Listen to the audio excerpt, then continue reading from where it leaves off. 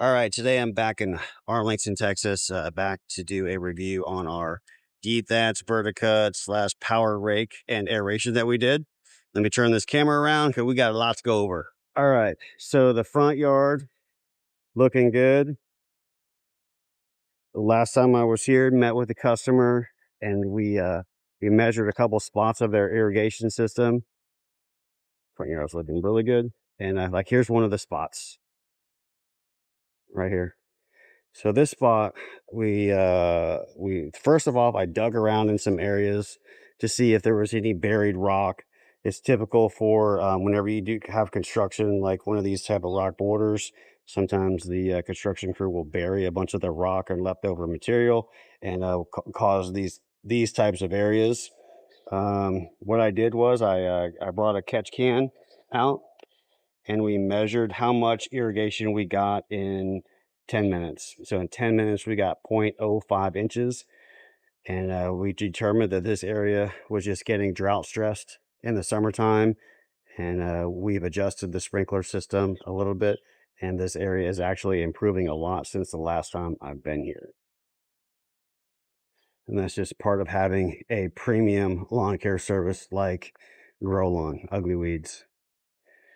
Now this section here, this is never going to improve. All right, so where we have this poorly drained area, it stays wet all the time. We're getting root suffocation, Bermuda grass, and shade. We have two-story houses side by side. It's gonna look like this all the time. Now we do have a little bit more grass on this side. That's because this gets west sun. For whatever reason, this gets west sun. You can see there's a shade line here, and for most of the day, this is in complete shade. That's why you're seeing all the algae. Now, in these scenarios, I want to do something like this: pavers and crushed granite, concrete, artificial turf, but something that doesn't need to grow. Now, same here. This area can't be solved with dethatching or aeration. This is just continued poor drainage.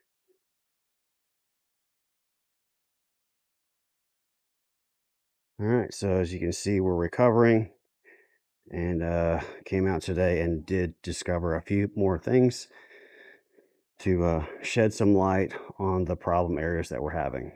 Now, some of the problem areas are pet damage, but the gorilla in the room is irrigation. So in some parts of the yard, we're getting 6 to 8 inches of moisture.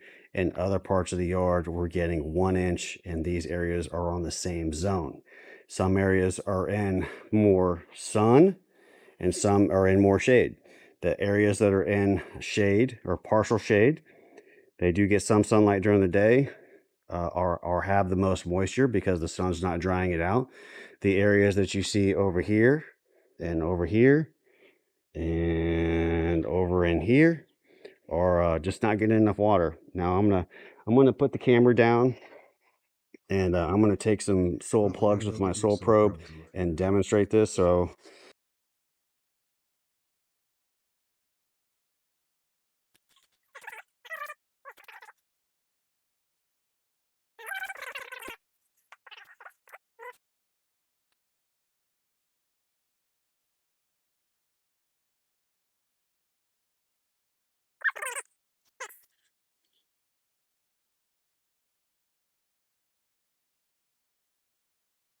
All right, let me show you what we got here. We have varying depths of soil moisture. Many of these areas are in the same zone, and let's go over this right now. So some of these areas look very different. Some are drought stressed, and we're in beginning of July. And how your lawn goes into dormancy affects how it will come out of dormancy in the spring. And had some questions this spring. We did verticut and dethatch this yard, which it did need.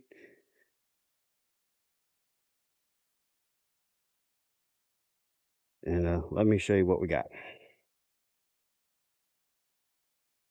So here are the different soil plugs that I took throughout the yard, and there's only 2 zones in this entire backyard.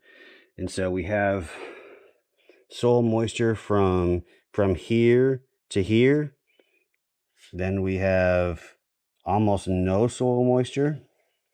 We have, call it 2.5 inches here.